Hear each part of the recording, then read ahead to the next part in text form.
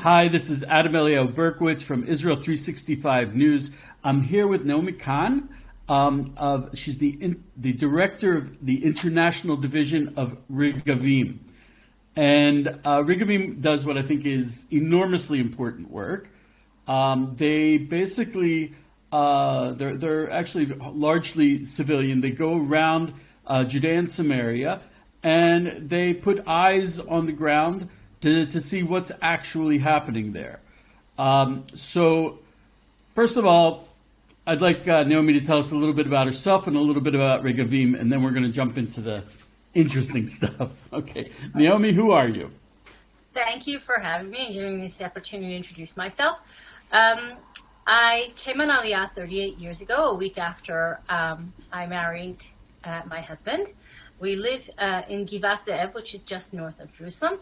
And I've been affiliated with Regavim for about 6 years now. And I've been a huge fan of Regavim's work for much longer than that. Regavim is not largely civilian, it's 100% civilian. We're a nonprofit organization dedicated to protecting Israel's land resources. And that includes everywhere in the land of Israel, not only in Judea and Samaria, but also in the Negev, in the Galilee, everywhere. We're active all over the country. To some people, we're better known as the experts on all things Negev. To other people, we're known as the ones who helped create the Kamenetz law, which we can discuss later on, which is Israel's, essentially the enforcement code for Israel's planning and construction laws. And to some people, we are best known as the source of factual information, data, hard data, real-time data on everything that's happening on the ground in Judea and Samaria. What kind of data are we talking about? What do you see? So we do two things. The first thing that we do, really everything that we do, starts literally from the ground up. We divide the country up into regions. We have a field coordinator for each region, and they go out every day and see what's actually happening on the ground to Israel's land resources. Who's building? Who's planting? Who has permission? Who doesn't? Who does the land belong to? What's the legal status? What's being done about it? And we take all that information that we collect every single day, we bring it back to the office, we anchor it on actual GIS maps, GIS meaning Geographic Information System, the satellite images, the satellite grid that you will see that is used to create real-time maps. We purchase aerial photographs of the entire country, and we compare the situation on the ground today to what it was a couple of years ago, 2 years ago, 5 years ago, 10 years ago, 20 years ago. Then we go back into archival research and we purchase images from the pre-state area and going back all the way to German Air Force photographs, ancient maps, all things that impact the legal status of the land of Israel. We are experts in the law that is enforced in each of these countries, each of these regions of the country, excuse me. And in Judea and Samaria, that's particularly complex because Israeli law is not enforced in these areas. So the law enforced is actually a combination of Ottoman land law, Jordanian law, mandatory laws, military laws, all sorts of things that impact who can use the land, for what purpose, and what can be done if it's being misused. So Naomi, now, I will say at the outset, I'll just add one thing. We believe that the state of Israel, the Jewish people, have the overriding and almost, the unassailable right to sovereignty in the land of Israel. That includes Judea and Samaria, both on legal grounds, under international law, international treaties, historically, morally, any way that you cut that, we don't apologize for that, and we believe that those rights should be protected. But first and foremost, the situation on the ground has to be controlled so that logical use can be made of our land resources moving forward. So Naomi, I'm a news hound. It's my job. It's my passion. And I remember when John Kerry, he said the biggest obstacle to peace in the Middle East were the settlements, were the Jewish settlements, Jews living in Judea and Samaria. And I mean, if you say that, I'm sure, and that's all you read about in the papers. You hear about Jews taking over this land, Jews taking over this land.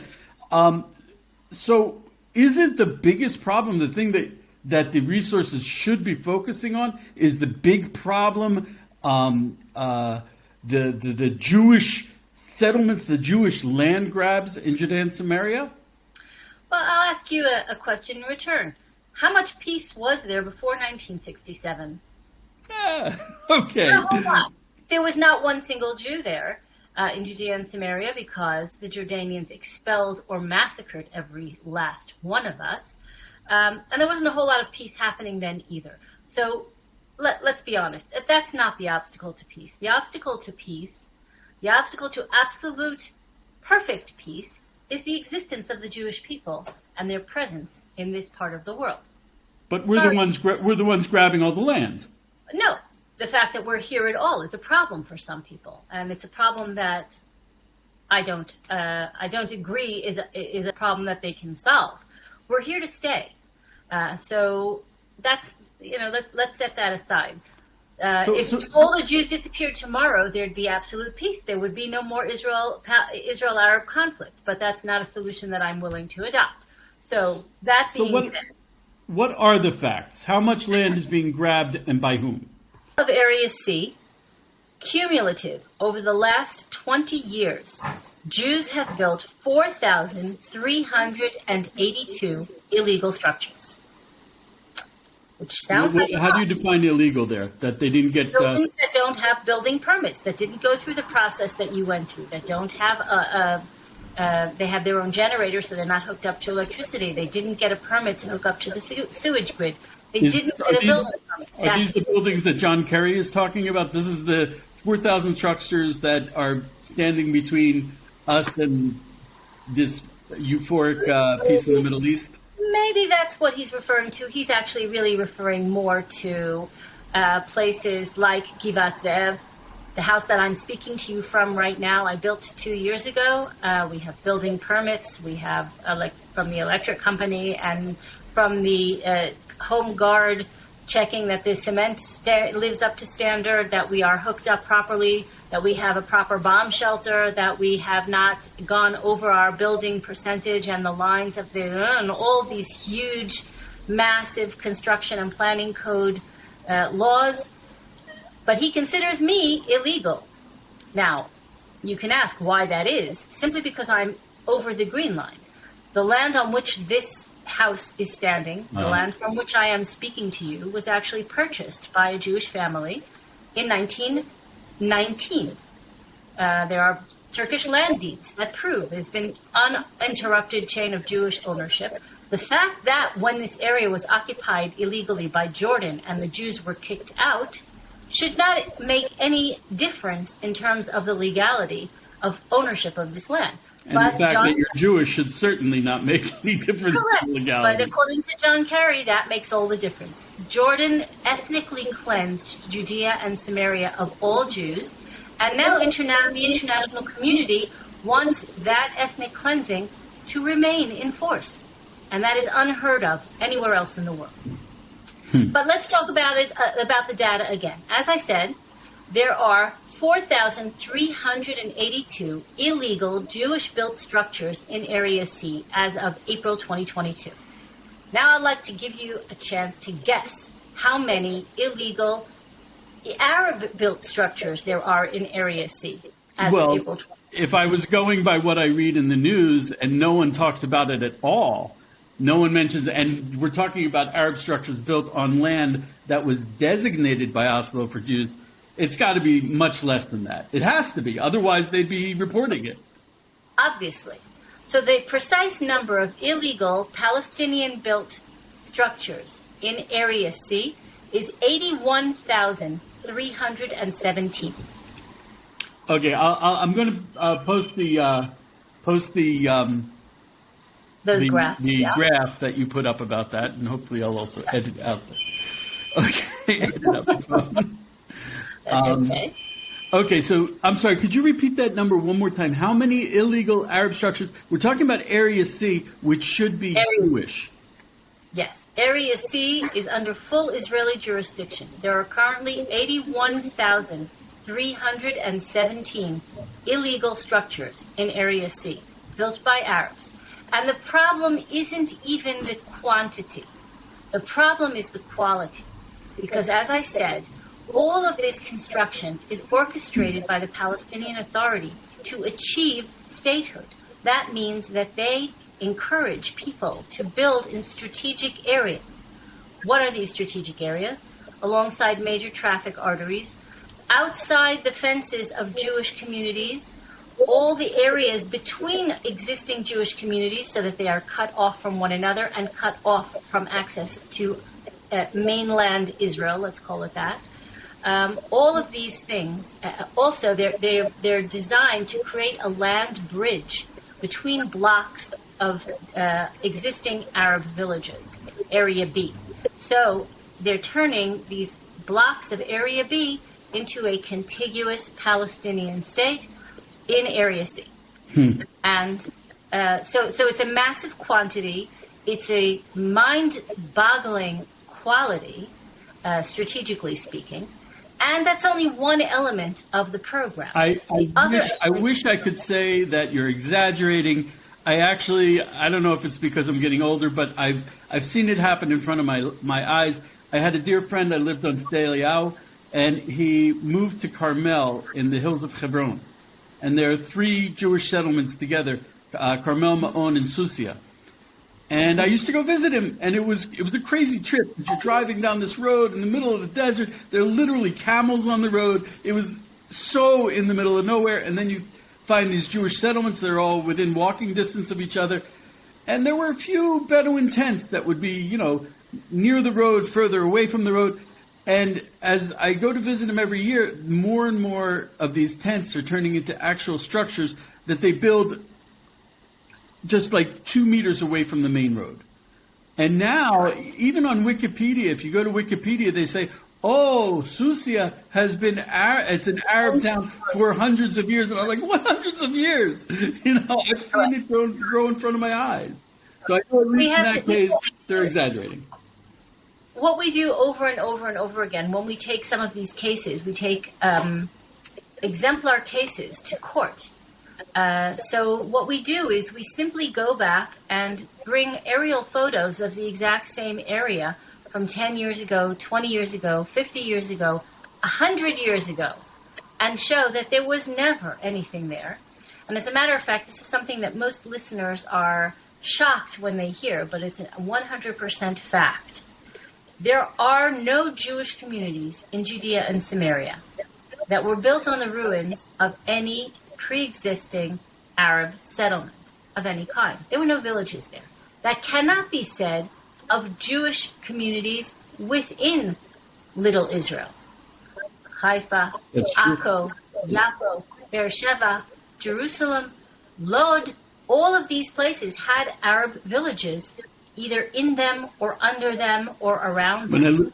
There was nothing there in Judea and Samaria. That is why under the Ottoman Empire and under the Jordanian regime, all of these areas were considered state land. There was a term for this in Ottoman land law. It was called mawat. Mawat comes from the word mavet. Mavet means dead, death, because they were barren, empty, 100%, nothing there. And that's why the state of Israel gave permission to, they first surveyed these areas, determined that there was no ownership, and built communities there, which is completely within its rights to do, because it's state land. So, I remember when I was in Gush Etzion. When I was in Gush Etzion, I was a cook, a chef, and we went to Yafo. They have a secondhand restaurant equipment market. And I went in, and at the time I had long payas and a long beard, and I was very clearly a settler, as they say. And someone started yelling at me out of the middle of nowhere. They're like, you're a settler. You're the one to blame. It's your fault. and I look up, and all of the buildings were Arab. And I'm like, who's the settler? Also, it's kind of a not nice joke, but it's known that in Jerusalem, all the left wing, all the rich people are left wing, and they all live in houses that were taken from Arabs. Areas like Baka, Talbiya. It doesn't make sense. Also, I want to point out one more thing. I deal a lot with an organization called the Teret Kohanim, and they purchase houses from Arabs, mostly in the Silwan area, which is Shiloach, which is very important biblically, and they purchase only properties that were owned by Jews and that they have the documentation for, because that used to be a Yemenite village, and they say, well, we want it back. And it's very difficult because, according to Palestinian law, if you sell a property to a Jew, it's capital punishment. They will come and kill you. And that's why we end up with things like everyone talks about Sheikh Jarrah. Sheikh Jarrah, it is proved to be owned by Jews. And yet everyone's saying, oh, Sheikh Jarrah. It's not Sheikh Jarrah. It's the Shimon Tzaddik. There's a Jewish tzaddik who's buried there. There's this default headspace that Arabs owned everything in Israel. Israel was this flourishing Arab end-to-end region, and nothing could be further from the truth. Jews were always living here, and the Arabs were drawn here by the economic opportunities that came up, but creation of an economy. I mean, this whole thing where Regavim goes out and say, "Hey, Arabs are building on land, Area C, Oslo." The default headspace, unfortunately, is, well, they have a right to. They're Arab, and all this land default belonged to Arabs and should still belong to them. And that, I think, is the big underlying lie. Which is why I prefaced my remarks by saying that we at Regavim will talk any day of the week about the ironclad legal rights of the Jewish people to the land of Judea and Samaria, and the ironclad rights of the Israeli government to approve construction and settlement. I think it's funny you haven't mentioned our biblical right to the land. You're talking in international law, in legal terms. That's what we deal with. We are not a group of rabbis, nor are we a group of theologians or philosophers. We are a law-based group. We deal with facts, data, and things that will stand up in court. And that's what we want. What we want is to live under a regime of a democratic regime governed by law and order. If we don't uphold the law universally, equally, but unapologetically, we will have chaos, which is essentially what we have now in Judea and Samaria. The state of Israel has for too long really consciously ignored what the Palestinian Authority is doing, because it's selling off our future for short-term quiet. Quiet on the West Bank front is more important to, and that's particularly true right now with our current Minister of Defense, who is essentially single-handedly creating a de facto Palestinian state in Judea and Samaria. According to the data that we have collected and analyzed, the rate of illegal construction in Judea, in Area C, in the 1 year that this government has been in the 1 year, has increased by 80%. That's on Benny Gantz's watch. 80% more rapid growth of illegal construction in Area C. And although they will claim that there is enforcement, and they will say we have a higher rate of enforcement, the rate of construction has so quickly outpaced the rate of enforcement that it's ridiculous. You pull down a goat pen and you allow the 4 houses, brick and mortar houses that were built around the courtyard to stand, then you can say, oh, we're enforcing the law, when everyone knows that it is a bad joke. So that's exactly what we're looking at. Now, over 81,000 illegal structures in Area C, and a rate of illegal construction that is being allowed to happen by the Israeli government that is 80% higher than in the year preceding. I'll tell you. I It's just read last week. There's a settlement called a town called Esh Kodesh. It's an extension of Shiloh, and it was literally surrounded by Arab mobs, and the situation is only getting worse. I want to talk to you later about this, but I just want to raise this one point. If my listeners want to find out more about this, we'll be talking about this in another show. You even said that they're building illegal roads, and the roads are being used by terrorists. They're building a terrorist infrastructure inside Israel. Yes, they have paved roads illegally all through Judea and Samaria that accomplish numerous things. One of the things is that it allows access to all of these construction and agricultural land grabs. It allows construction materials and machinery and agricultural work to happen. Another thing is it allows terrorists easy access, easy and bases egress. Of operation. Correct. We've had numerous cases where terrorists have taken shelter, staged attacks, launched attacks, or hidden after the fact in illegal structures that we've gone to court over. That the civil administration is well aware that they're there. It's not like nobody sees any of these things, but they're used as a base for terrorist attacks. And unfortunately, saying afterwards, oh, we're going to destroy the house of the terrorist, that doesn't bring the person who's been murdered by the terrorist back to life. The situation is untenable, and I believe, honestly, that even though the extent of this illegal construction is so massive, and the extent of the illegal agricultural takeovers of land is so massive, we haven't even talked about that today, it's possible for the State of Israel to easily rectify this situation if it decides to do so. Very simple to do. First and foremost, Israel has to make a decision, which should have been made years ago, that as a sovereign country, it cannot allow citizens of this country to live under Ottoman land law, which was abandoned by the Ottoman Empire itself over 100 years ago because it's so retrograde and is so full of holes and so much encourages abuse, which is exactly what the Palestinian Authority is building its entire policy on. The fact that Ottoman land law really supports theft of land.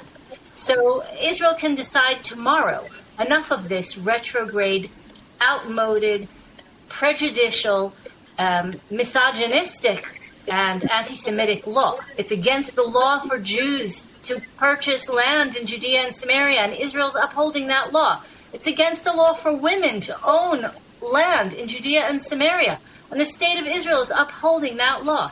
Tomorrow, today, Israel should say this law does not reflect the basic values of a modern democratic society, and we are abolishing it and instituting Israeli law here. That will keep the Palestinian Authority from taking advantage of these ridiculous loopholes and using planting of trees to take over hundreds of thousands of dunams of land, state land, in Area C. I have to tell you, in addition, it will give real sanctions and real powers to the State of Israel to enforce the law.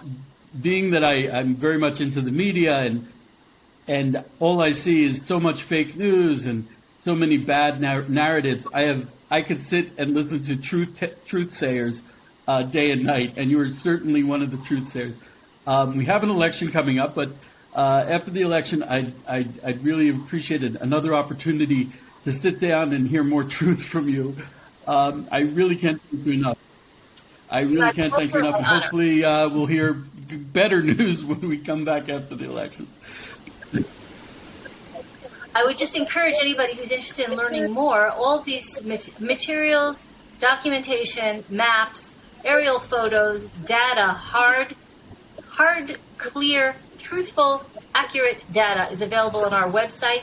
You can just go on there and look at all of our research work. I friended, I don't know what you call it, on the Regavim Facebook page, and just the updates are, it's like, wow, more facts, more data, more what's really happening in the field. And I really appreciate that.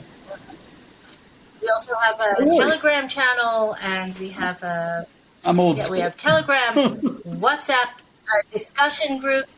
We are on, you name it, we're there. We have a YouTube channel where we put out a lot of aerial footage, drone captures, all sorts of explanatory videos about issues that we're in court Fantastic. with, all sorts of things like that.